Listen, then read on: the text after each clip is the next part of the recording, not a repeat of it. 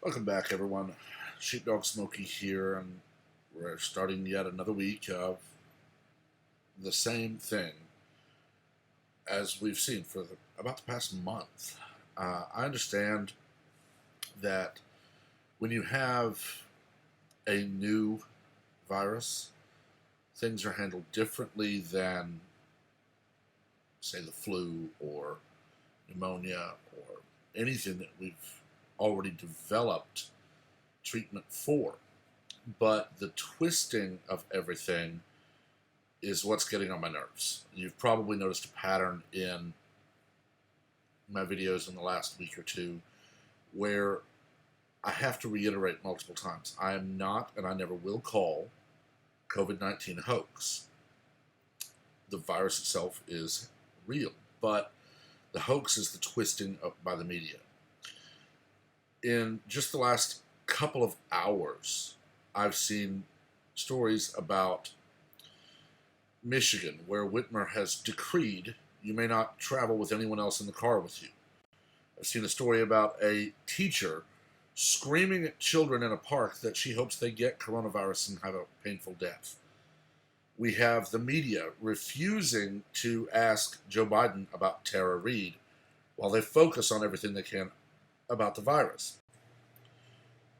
To be very clear, Donald Trump did not say, go buy chloroquine and take it. He is not responsible in any way for the person who ingested chloroquine phosphate, which is an aquarium cleaner, which apparently right now is being investigated as a murder by the man's wife who put that in a soft drink. He did not say inject household cleaners or disinfectants into your body.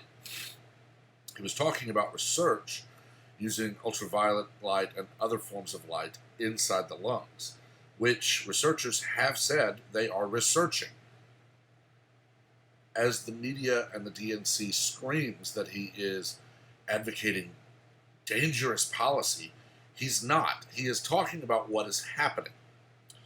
Imagine in 2009 if Barack Obama had said that a certain chemical compound, and we'll just go with the same thing, we'll just say, had hydroxychloroquine and zinc been something doctors were seeing good results with to respond and react to H1N1, and someone then took chloroquine phosphate, an aquarium cleaner, the media would have been screaming, he did not tell you to take anything. He said the doctors are seeing good results. In 2009, with H1N1, had Barack Obama said that researchers are looking at ways to use light, ultraviolet, and others by injecting it into the body, they would have screamed, he's not telling you to inject bleach or disinfectant. But in 2020, when Donald Trump says doctors are seeing good results with these things that are clearly something that only doctors can use and prescribe and administer, the media screams that Trump is telling you to go inject bleach, which he is not. They're praying for people to listen to their words and think, well, he's the president, so I'll do it. And then they scream that Trump did something he did not do. Meanwhile, we have Tara Reid, who is, to use a term that was used heavily in the Kavanaugh confirmation hearing, credibly accusing Joe Biden of sexual advances, sexual misconduct, sexual assault, whatever it may be, and they're ignoring it.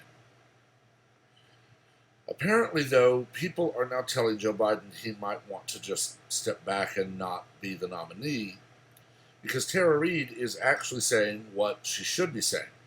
What would the media do if it was Donald Trump instead of Biden, or Kavanaugh instead of Biden? They would be clamoring at the door for him to resign and leave because someone credibly accused him. Blasi Ford had nothing, yet they screamed Kavanaugh should be all but shunned out of society.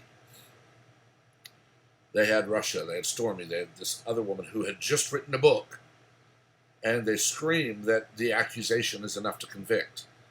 But when Tara Reid has accusations which, from what I've seen, are very credible and very heavily fact-based, evidence-based, it's a non-starter. They don't even talk about it. They don't even mention it. And anyone who does is ignored or screamed at. The one thing coming out of this that is not horrible is that the DNC is imploding. We're very likely to end up with Hillary or Michelle on the ticket, if not both of them. And it will be a replay of 1984 when Mondale crashed and burned. Oh, I still expect California, Washington, and New York, and possibly Hawaii to go blue. But just imagine what would happen if Trump wins 40-plus states. The DNC will self-combust, demanding that it was all voter fraud and the election be canceled and they just be declared the winner because they say it was fraud. They're fighting still to control elections. We saw it with the push on the census. I said months and months, if not a year ago, that Donald Trump should write an executive order stating, pursuant to the 26th Amendment of the United States Constitution, which states that citizens aged 18 years or older may vote. The United States Census shall hereforward ask what your citizenship is. It's in the Constitution, and they ignore it. But that's nothing new. They demand that your Second Amendment right applies only to weapons available in 1776, but they demand that free speech includes every form of speech they want it to include, unless you're using that form of speech to prove they're idiots. It's going to ultimately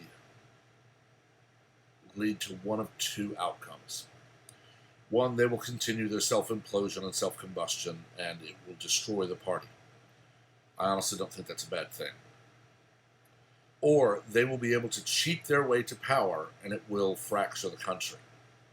244 years after the country fought a bloody revolution to free ourselves from tyrants, they have entrenched themselves as tyrants in Congress. And if they manage to steal power, the country will fracture and it will no longer be the United States of America.